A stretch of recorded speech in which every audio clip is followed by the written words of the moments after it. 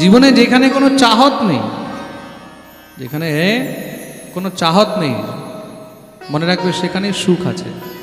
যেখানে আপনার অন্তরে চাহত হয়, আমাকে এটা চাই, ওটা চাই, এটা চাই, ওটা চাই, সেখানেই দুঃখ। প্রেম সে বলো। এই সংসারে মানুষ নিজের আচরণের জন্য দুঃখী হয়। আমরা দুঃখী কিসের জন্য? নিজের আচরণের জন্য।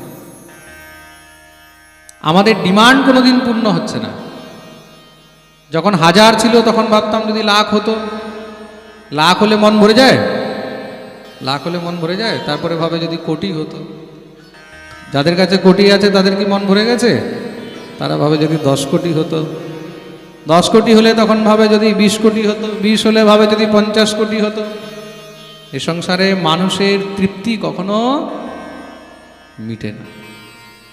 আর যার তৃপ্তি মিটে গেছে সেই হলো এই সংসারের মধ্যে সব থেকে বড় সুখী। প্রেম সে বলো। সুদামাজির অন্তরে কোনো প্রকারের কোনো লালসা নেই, কোনো তৃষ্ণা নেই। যা পেয়ে যাচ্ছে তাতেই আনন্দিত, যতটুকু পেয়ে গেল তাতে আনন্দিত। 5 ঘরে ভিক্ষা করতে যান, আর সেই 5 ঘর থেকে যা পায় তার মধ্যেই কিন্তু সন্তুষ্ট আছে, তার মধ্যেই তিনি সুখ অনুভব করেন। আর তার মধ্যে যদি ঘরে কোনো সময় অতিথি চলে আসে, তার নিজের ভাগেরটাও ছেড়ে দিয়ে আগে অতিথিকে সৎকার করেন। এটাই হলো শাস্ত্রের নিয়ম। ঘরের মধ্যে যদি অতিথি এসেছে, নিজের মুখের গ্রাসও কিন্তু সেখানে পরিত্যাগ করে দেওয়া উচিত।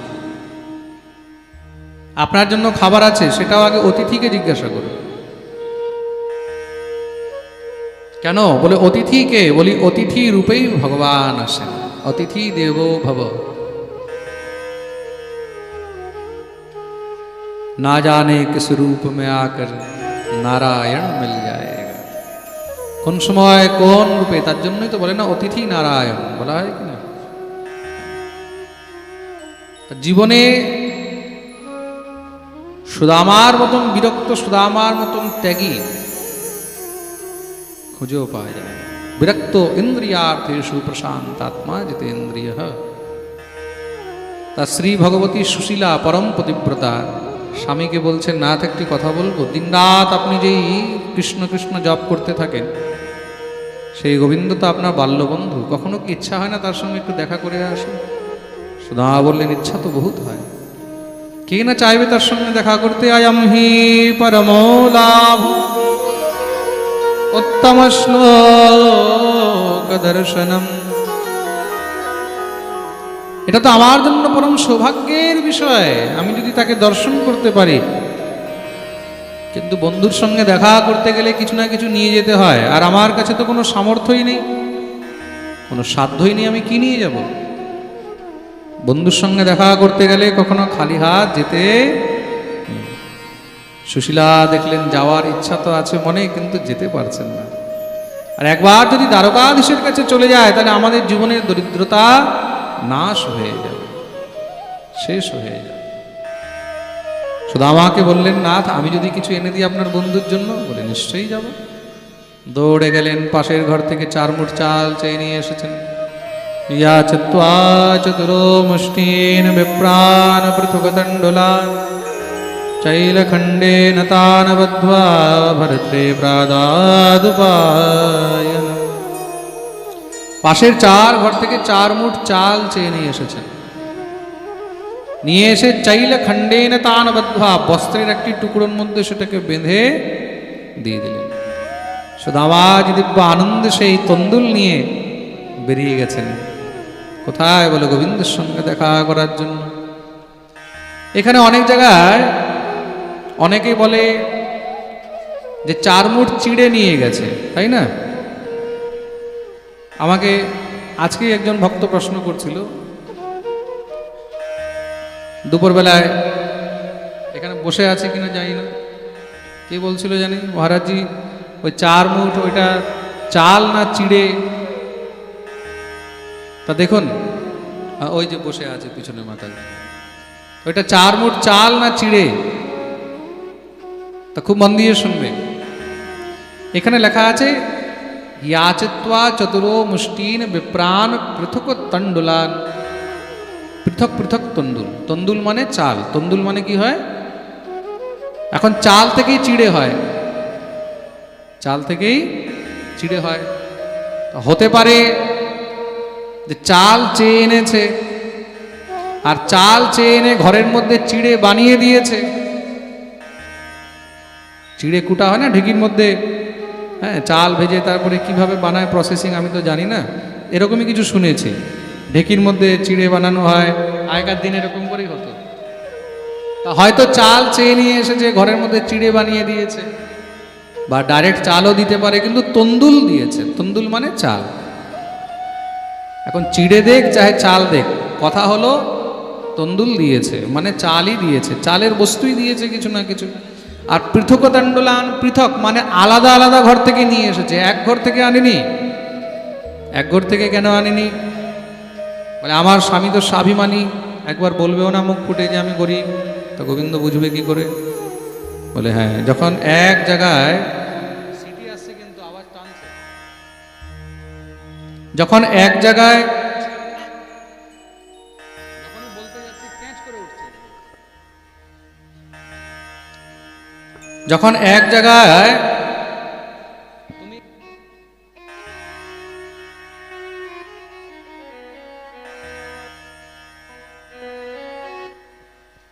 ভগবান যখন সেই তন্দুল দেখবে, সেই তন্দুলের মধ্যে একই জায়গায় যখন 4 রকমের চাল দেখবে, তখন ভগবানও বুঝে যাবেন যে সুদামার ঘরে নিজের অন্ন খাওয়ার জন্য নেই।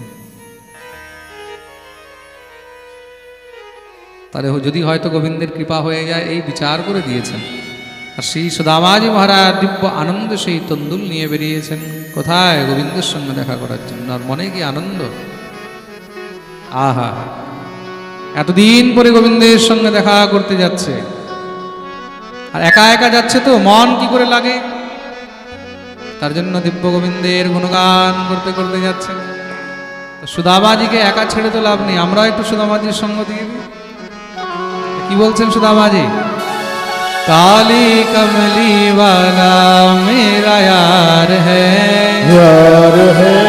मेरे मन का मोहन तू दिलदार है।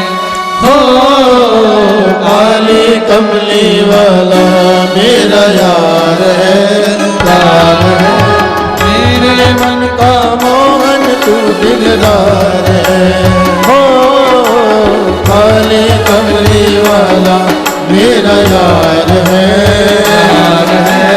मेरे मन का मोहन तू दिलदार है।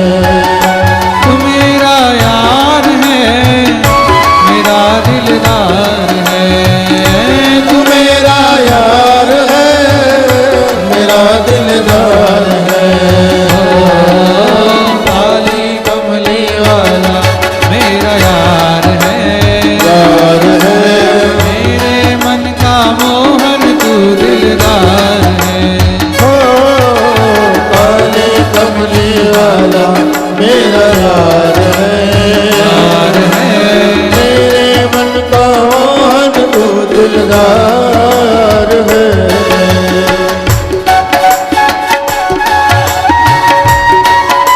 हरि बोल।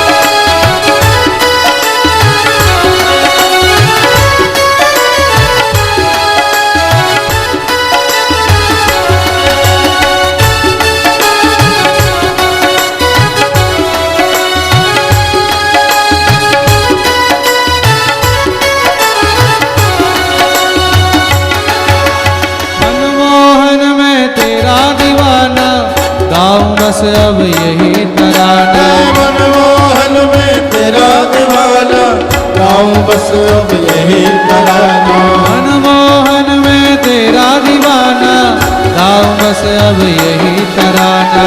मनमोहन में तेरा दीवाना गाऊं बस अब यही तराना। गाऊं बस अब यही तराना। गाऊं बस अब यही तराना। श्याम सलोने तू मेरा इतबार है। इतबार है मेरे मन का मोहन तू दिलदार है। ओ काली कमली वाला मेरा यार है।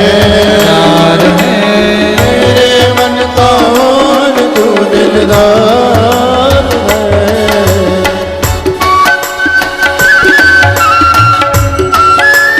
बोलिए वृंदावन बिहारी लाल की।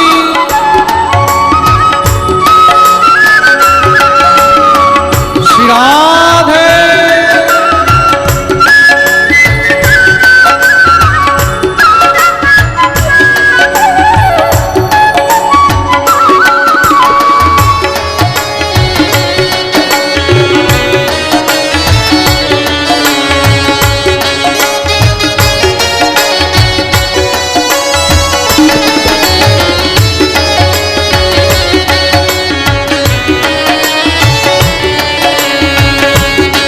श्री राधा रमण लाल की। ओहो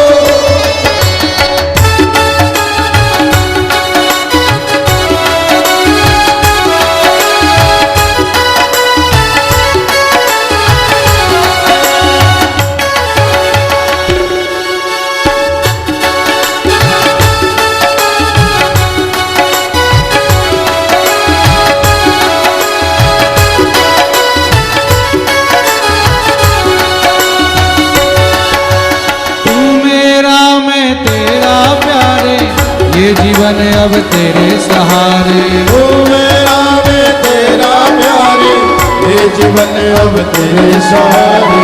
ये जीवन अब तेरे सहारे। ये जीवन अब तेरे सहारे। तेरे हाथ इस जीवन की पतवार है। अतवार है मेरे मन का मोहन तू दिलदार है। ओ काली कमली वाला मेरा यार है। यार है मेरे मन का मोहन तू दिलदार है।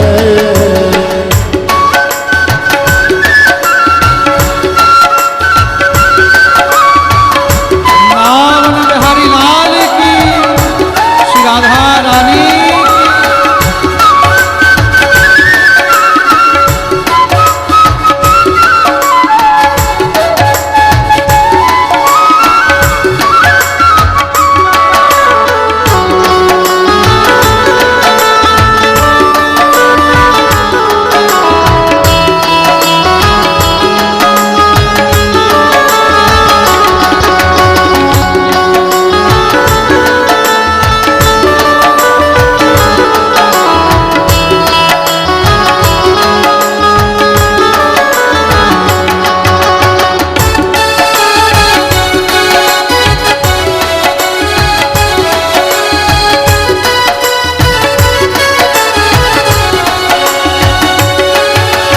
पागल प्रीति की एक ही आशा दर्द दिल दर्शन का प्यासा। पागल प्रीत की यही आशा दर्द दिल दर्शन का प्यासा। दर्द दिल दर्शन का प्यासा। दर्द दिल दर्शन का प्यासा। तेरे हर वादे पे मुझे एतबार है।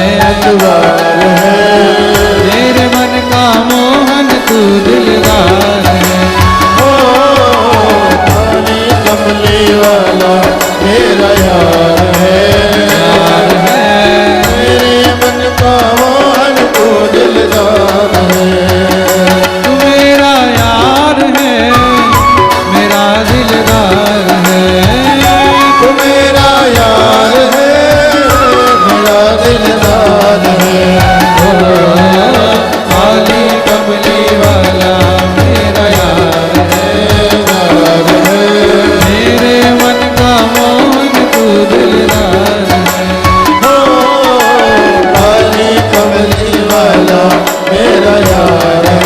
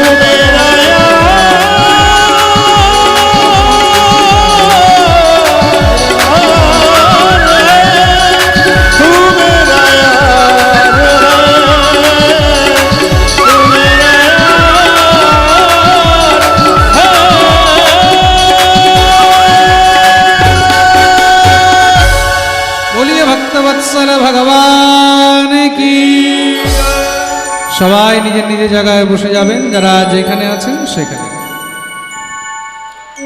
যেখানে ছিলেন সেখানে সবাই বসে যাবেন। काली कमली वाला मेरा यार है, मेरे मन का मोहन तू दिलदार है। काली कमली वाला मेरा यार है, यार है मेरे मन का मोहन तू दिलदार है, मेरे मन का मोहन तू दिलदार है, मेरे मन का मोहन तू दिलदार है। बोलिए सुदामा जी महाराज की। শ্রী সুদামা জি মহারাজ কীর্তন করতে করতে চলছেন। আওয়াজটা একদম বদ্ধ হয়ে আছে, ছাড়ছে না। আজকে বহুত ডিস্টার্ব করেছে কিন্তু মাইক। শ্রী সুদামা জি মহারাজ যখনই রাত্রি হলো, এক বৃক্ষের নিচে সেখানে বিশ্রাম করেছেন। সকাল হতেই যখনই পক্ষীর কলরব শুনেছেন, পক্ষীর কলরব শুনতেই চোখ খুলে দেখছেন সামনে বিশাল বড় নগর। আওয়াজ কি ক্লিয়ারিটি নেই है? সামনে দেখলেন বিশাল বড় নগর। কোনো পথিককে জিজ্ঞাসা করলেন, ভাই এটা কোন জায়গা? বলে এটা তো দ্বারকা। সেই কি রাত্রে বিশ্রাম করেছিলাম, বন ছিল, জঙ্গল ছিল, সকালে দেখছি দ্বারকা।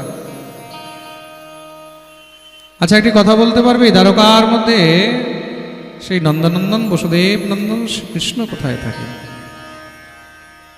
ক্লিয়ার আসছে না? বলে সামনে যে সব থেকে বড় মহল দেখতে পাচ্ছ না, সেটাই হলো দ্বারকাধীশ শ্রীকৃষ্ণের মহল। চলতে লাগলেন। সামনে গিয়ে যখনই মহারাজ সেই মহলের দ্বারে উপস্থিত হয়েছেন, দ্বারপালগণ হাত জোড় করে প্রার্থনা করলেন, হে বিপ্রদেব কোথায় যাবেন? বলে আমি নিজের বাল্যকালের বন্ধু দ্বারকাধীশ সেই কৃষ্ণের সঙ্গে দেখা করতে এসেছি। দেখে বুঝে গেলেন এই দিনহীন একমাত্র আমাদের ঠাকুরেরই বন্ধু হতে পারে। কেন এই সংসারের মধ্যে যত দিন দুঃখী আছে সব আমাদের গোবিন্দেরই বন্ধু, আমাদের ঠাকুরেরই বন্ধু। তার জন্যই ভগবানের এক নাম হলো দীনবন্ধু। নাম কি? বলিয়ে দীনবন্ধু ভগবান কি।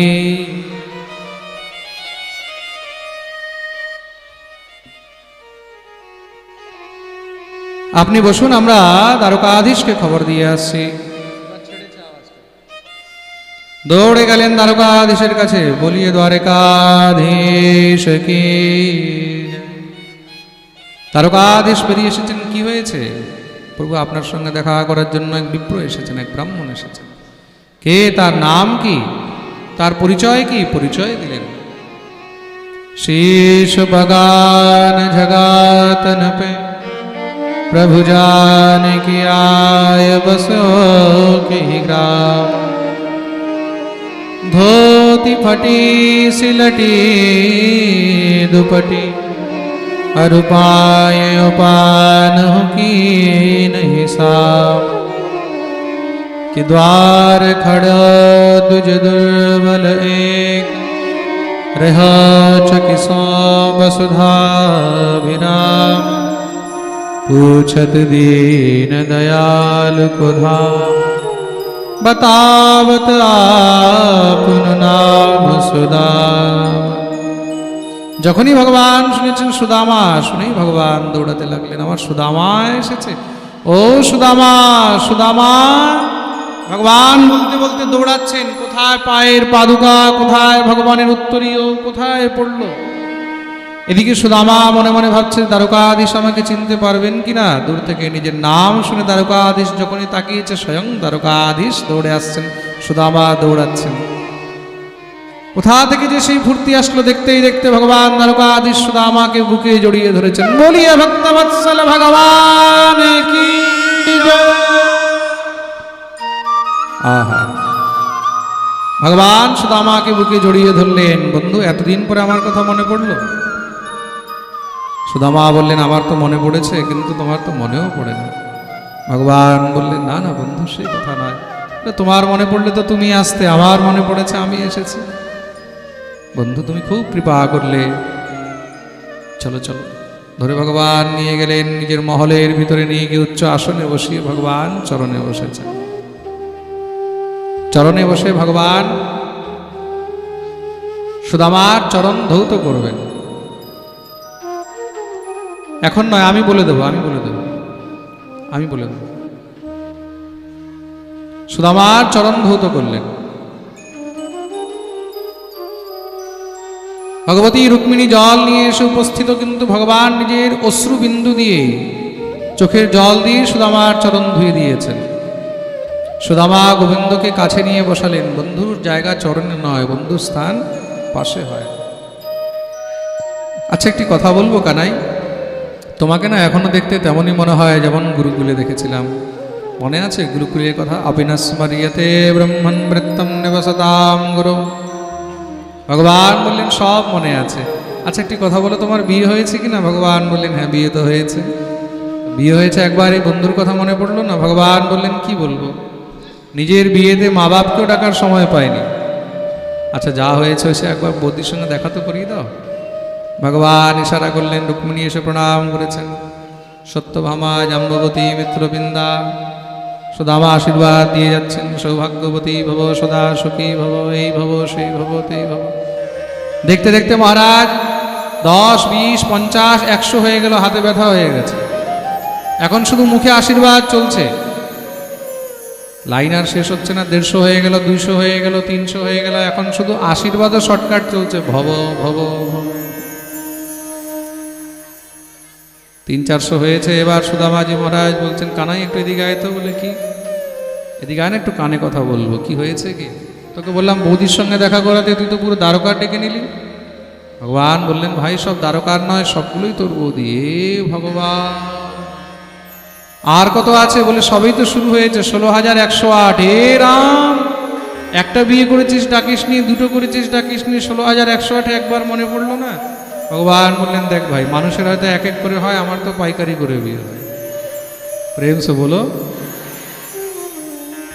সুদামা বললেন, দেখ, এই সবগুলোকে আশীর্বাদ দেওয়ার সামর্থ্য আমার মধ্যে নেই, সবার জায়গায় তুই আমাকে প্রণাম করিনি, আমি তোকে আশীর্বাদ করি। ভগবান প্রণাম করেছেন, সুদামা আশীর্বাদ দিচ্ছেন, সদা সুখী ভব, আমার গোবিন্দ সুখী, মানে সবাই সুখী। প্রেম সে বলো। ভগবান বলেন, আচ্ছা বন্ধু, তোমারও বিয়ে হয়েছে কিনা? বলে হ্যাঁ, বিয়ে তো আমারও হয়েছে। বলে তুমিও তো ডাকোনি। সুদা বললেন, ইচ্ছা তো ছিল না, মা বাবা জোর করে বিয়ে দিয়ে দিয়েছে। তা নিশ্চয়ই আমাদের বৌদিও তোমার মতনই সুশীল হবে। বলে হ্যাঁ, তার নামও সুশীলা। তাহলে বৌদি কি পাঠিয়েছে আমার জন্য? কিছু তো পাঠিয়েছে।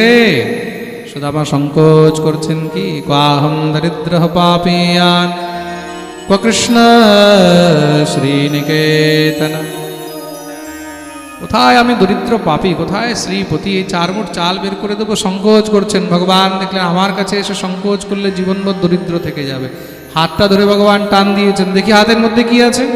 টান দিতেই বগল থেকে পটলি পড়েছে। ভগবান খপ করে গিয়ে উঠিয়ে যখনই খুলেছেন, সেই তন্দুল দেখে একদম হৃদয় দ্রবিত হয়ে গেল। ভগবান এক মুঠ খেয়ে এই 3 লোকের ঐশ্বর্য শুধু আমাকে দিয়ে দিলেন। দ্বিতীয় মুঠ ভগবান যখনই খেতে গেছেন, ভগবতী রুক্মিণী গিয়ে হাত ধরলেন, এই কি করছেন প্রভু? এক মুঠে 3 লোকের ঐশ্বর্য দিয়ে দিলেন, দ্বিতীয় মুঠে কি আমাকেও দিয়ে দেবেন? ভগবান বললেন, কেন কষ্ট হচ্ছে? বলে এক সাধারণ ব্রাহ্মণের জন্য। ভগবান বললেন, আজকে ব্রাহ্মণ সাধারণ মনে হচ্ছে, মনে রাখবে সেও ব্রাহ্মণ ছিল, যে তোমার চিঠি নিয়ে আমার কাছে এসেছিল। না হলে আজকে শিশুপালের ঘরের মধ্যে বসে খুন্তি নাড়াতে। প্রেম সে বলো। ভগবতী রুক্মিণী দেবী বললেন, সেসব ঠিক আছে, কিন্তু কণিকা প্রসাদ আমাদেরকেও তো চাই, একা একাই তুমি আনন্দ উপভোগ করবে? বলে সঙ্গে সঙ্গে হাতের থেকে সব প্রসাদ নিয়ে নিলেন। নিয়ে কণিকা মাত্র নিজে গ্রহণ করেছেন। লক্ষ্মী সন্তুষ্ট হয়েছে। এদিকে তো শুধু আমার ভাণ্ডার ভরে গেছে, বিশ্বকর্মা মহল বানিয়ে দিয়েছেন। দিব্য মহারাজ সুদামার স্বাগত সৎকার করা হলো। সুন্দর সুন্দর ভোজন ব্যঞ্জন ইত্যাদি সুদামাকে রন্ধন করে ভগবান প্রসাদ পাইয়েছেন। গল্প করতে করতেই সেই রাত কেটে গেল। সকাল হয়েছে, স্নান ধ্যান করে সুদামা বাল্যভোগ করেছেন। কানাইকে বললেন, আমাকে বিদায় দাও। ভগবান বললেন, আবার কবে আসবে? বলে দেখো, একবার আমি এসেছি, আগামীবার তোমাকে আসতে হবে। বন্ধুত্ব তখনই ঠিক থাকে যখন পরস্পর যাতায়াত হতে থাকে। প্রেম সে বলো। একতরফা বন্ধুত্ব কখনো হয় না, একতরফা তো স্বার্থ হয়। প্রেম সে বলো। বন্ধুত্ব সবসময় 2 তরফা হয়।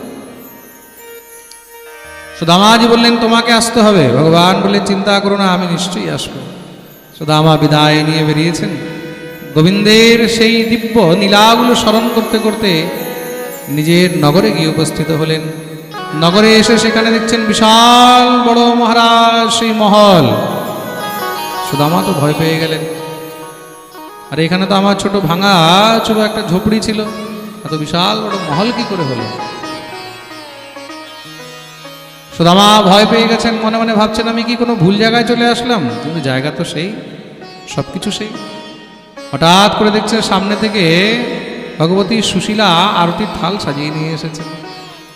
সুশীলাকে দেখে চেনাও যাচ্ছে না, মনে হচ্ছে বোধহয় সাক্ষাৎ কোনো দেবী আসছেন।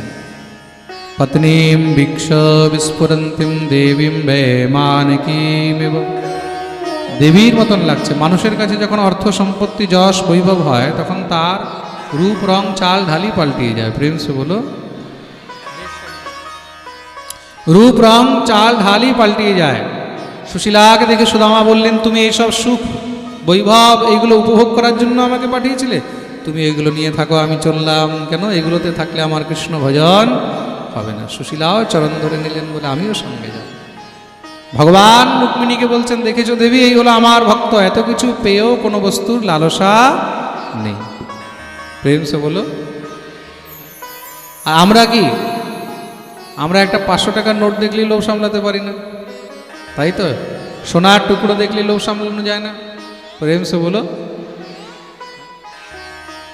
আর এখানে এত ঐশ্বর্য পেয়েও সুদামার মনে কিঞ্চিত তার প্রতি কোনো লোভ হয়নি। ভগবান আর থাকতে পারলেন না, সঙ্গে সঙ্গে ভগবান প্রকট হয়ে গেলেন। সুদামা ডাক শুনেই যখনই তাকিয়েছেন স্বয়ং দ্বারকাধীশ দৌড়ে গিয়ে চরণে পড়ে গেলেন। বলিয়ে দ্বারকাধীশ কি হে গোবিন্দ, তোমার কাছে তো আমি কিচ্ছু চাইনি, তাও তুমি এত কিছু দিলে। ভগবান বললেন আমার কাছে চাইতে হয় না, তাকে কি দিতে হবে সেটা আমি ভালো করে জানি। উপরওয়ালা জব ভি দেতা দেতা ছপ্পর ফাড় কে। ভগবান যখন দেয় তখন ছপ্পর ফেড়ে দেয়। প্রেম সে বলো। সুদামাকে ভগবান বোঝালেন সুখ ঐশ্বর্য উপভোগ করো, কিন্তু আমাকে অর্পণ করে, তাহলে তার মধ্যে কোনো দোষ হবে না। সুদামা ভগবত আদেশ পালন করে দিব্য ঐশ্বর্য উপভোগ করে পরম ধাম গমন করলেন।